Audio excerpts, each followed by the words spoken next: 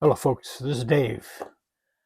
I'm doing a VR here, responding to a comment that John Mangini had made. I don't know what it's been, maybe a couple of weeks ago now, and I'm a little slow getting around to this. This response also ticks off a video that I had planned to do anyway, so this just puts a little bit different twist on it. And what I'm looking at is my cards that are from my childhood set, and they are not in the best condition. Some 10, 12-year-old boy played with these, and they are as they are. So let me just show you a few things here, and I'm not apologizing for this. I'm not necessarily going to point out flaws because I think it's bad, but I just want to show you these cards, and I'd never get rid of them. They are a tie to my childhood and my family life and so forth, so I just like to show these cards. First one I'm showing is Bill Bruton with the Milwaukee Braves. You can see it's fairly marked up, and near his eye there's some sort of a pinhole or something. I don't recall doing that, and nor do I think I'd ever do it. Maybe this is a Mookie card, I don't know. But I know this is before I really started collecting cards. This is a 54 Topps. I didn't start collecting seriously till 1958. So I believe we had a neighbor who was maybe getting rid of some cards, and two or three of us card collector boys in the neighborhood kind of got to split them up, and so I got a handful or two out of it. So Bill Bruton, and the other card I want to show is Johnny Bucha, and I always like this card because it's a catcher and just kind of like catcher's gear and whatnot. You can see this one here is perhaps minimum size not met, but in any case, there they are. Here is Hall of Famer Enos Slaughter.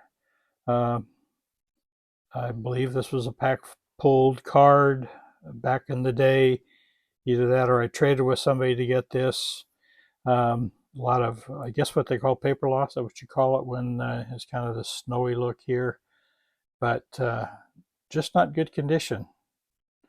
I blame that on a 9-year-old boy. And also this Mickey Mantle, Hall of Famer, obviously. Card is seen better days, not apologizing for it. The 9-year-old boy maybe needs to apologize to me, but I love this card, would never get rid of it, it's just not necessary. And here's another card. Always like this card. This one's seen its better days. I don't know why they don't do team cards anymore, and I especially like team cards that show all the names of the players in the photographs. For example, here in the first row it says Ford, Slaughter, Berra, Shantz, and so forth. And in the back row, it is, let's see if I can get my Sturdivant, Carey, Johnson, Hank Bauer, there's Mickey Mantle, and others. So I wish they'd make team cards, especially team cards with names of the players on them. This one even has names of the Bat Boys down in front, Carr and Ferry. This is a 1959 Topps. Hank Aaron. Really, these things, I really don't know how they got to be in this condition, but again, part of my boyhood set, and it's going to stay there. One thing I would do is Sometimes I would take, my father had a permanent marker. It's the kind that you actually added ink to it. And it was black, it's like a Sharpie, but you could fill it with ink. And so here, where it used to say Dodgers, I covered that up. And because he was traded, I think, to the Mets. And you can see I had done that with Dutch Daughter, covered up the team name and the Cincinnati logo. Here's Hobie Landreth. He went also from the Giants to the Mets. Chuck Stobbs. I wrote in the side here, Washington, when he was traded to the Senators. And George Crowe. Here is a card I wrote on it when he was traded. And you see here, there's a little residue. I'll tell you about that in a second. And then you can see here, here's some 59s. Frank Thomas showed him traded to the Cubs, and Ted Kluszewski traded to the White Sox. But then I got much more sophisticated and got some packing tape. They used to have brown packing tape that you would moisten the backside and tape up boxes and so forth. Well, I got creative, used the packing tape, put it in a typewriter that my parents had, and typed out the new teams these players are with.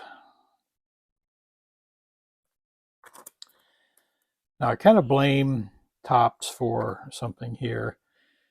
Here's the 62 Topps, Casey Stengel.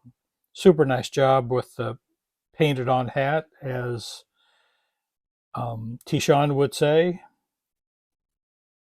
And here is, I think, one of the worst jobs of painted on hats I've ever seen. Minnie Minoso. But that inspired me. If Topps could do that, I could do that too. So here's Hank Foyle's painted on hat, painted out logo. I think I looked like a little bit of that brown tape residue that I had covered up the team at one time. And here is Dick Gray with a painted on hat. And car's not in great condition, but such as it is, just don't make Scotch tape the way they used to. And then Topps sometimes would put on a new team logo, so painted on hat with a logo. Wally Moon, known for the unibrow. Norm Zachin, also painted on hat with a logo. Virgil Trucks, Yankees, painted on logo. Here is a 1960 Topps with Gordy Coleman, who had been traded from Cleveland to Cincinnati and then played several years in Cincinnati. But here they painted on sleeves, painted on hat, painted on logo. Bobby Malcolmus. Here's a painted on logo after he was traded from Washington to Philadelphia. And so if Topps could do it, I could certainly do it. So here's Willie Kirkland. Went from the Giants to the Indians. And here is my rendition of the painted on logo. I think that's a pretty awesome job for a 9, 10, 11-year-old boy. And how about that one? This one won't make anybody cry. Here is Roger Maris's rookie card. And from Cleveland, he was traded to Kansas City. I think that's my dad's writing. And then I crossed it out when he got traded to the Yankees and put a Yankees logo on his hat. I don't think I'd ever get rid of this card either.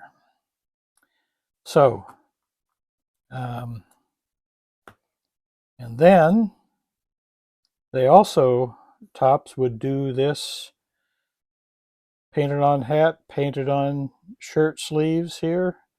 Um, here's Bob Perky. The uniform he was wearing was from the Pirates, I believe, and they painted on the Cincinnati Reds uniform. Pirates had the dark black to navy sleeves, and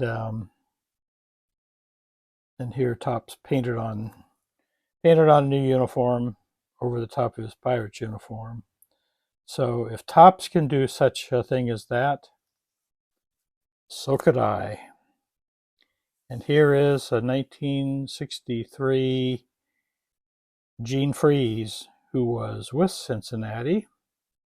And I painted on a Pirates uniform, black sleeves over the red sleeves, P on the hat, and even look at his jersey. Check it out, dude. I kind of wrote Pittsburgh in here, and even got the red piping, or pardon me, yellow piping on there. So there you go. My spindled, mutilated, and defaced cards. I'm not apologizing.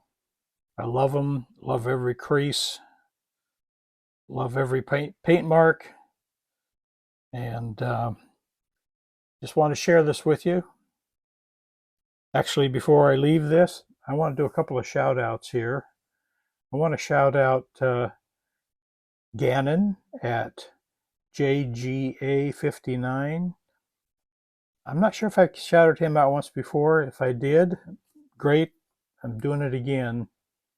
And the other one I'm shouting out today is J Average Vintage Collector. And I'd like to shout out Jay. Both these guys have great channels, interesting, and I think you ought to give them a sub if you're not already. I'll put the link to their channels down below. Thanks for watching. Y'all come back now. Here.